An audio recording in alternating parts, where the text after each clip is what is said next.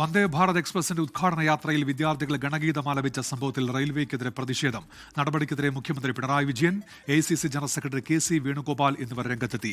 വിവാദമായതിന് പിന്നാലെ ഗണഗീതം ആലപിച്ച വീഡിയോ എക്സിൽ നിന്ന് ദക്ഷിണ റെയിൽവേ ഒഴിവാക്കി.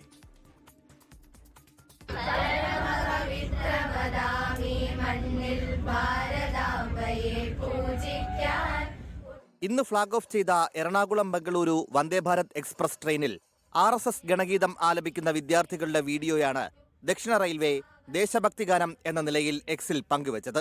എന്നാൽ റെയിൽവേയുടെ നടപടിക്കെതിരെ വ്യാപക വിമർശനമുയർന്നതോടെ വീഡിയോ എക്സിൽ നിന്ന് പിൻവലിച്ചു. ഗാനം സർക്കാരിന്റെ ഔദ്യോഗിക പരിപാടിയിൽ ഉൾപ്പെടുത്തിയത് ഭരണഘടനാ തത്വങ്ങളുടെ ലംഘനമാണെന്ന് മുഖ്യമന്ത്രി പിണറായി വിജയൻ വിമർശിച്ചു. ഇത്തരം സാഹചര്യം ഒഴിവാക്കാനാണ് കുട്ടികൾക്കായി പൊതുവായ ഗാനം വേണമെന്ന് പറഞ്ഞതെന്ന് വിദ്യാഭ്യാസ മന്ത്രി V. ശിവൻകുട്ടി. എൻ്റെ മനസ്സിൽ പറഞ്ഞത് ഒരു കോമൺ ഗാനം ആവശ്യമാണ്. ഏതെങ്കിലും ഒരു മതവും ജാതിയും നിർബന്ധപൂർവ്വം കുട്ടികളെ അവരുടെ സന്ദേശം പഠിപ്പിക്കുമ്പോഴും പാടിപ്പിക്കുന്ന അവസരത്തിലാണ് അതൊരു പെശകായിട്ടുള്ള സംഗതി വരുന്നത്. നടപടിക്കെതിരെ കോൺഗ്രസും രംഗത്തെത്തി.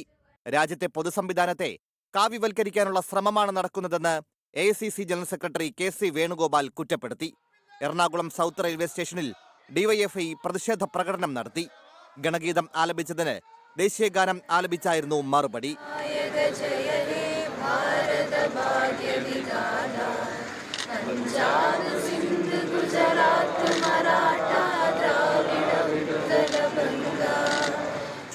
കൊല്ലം.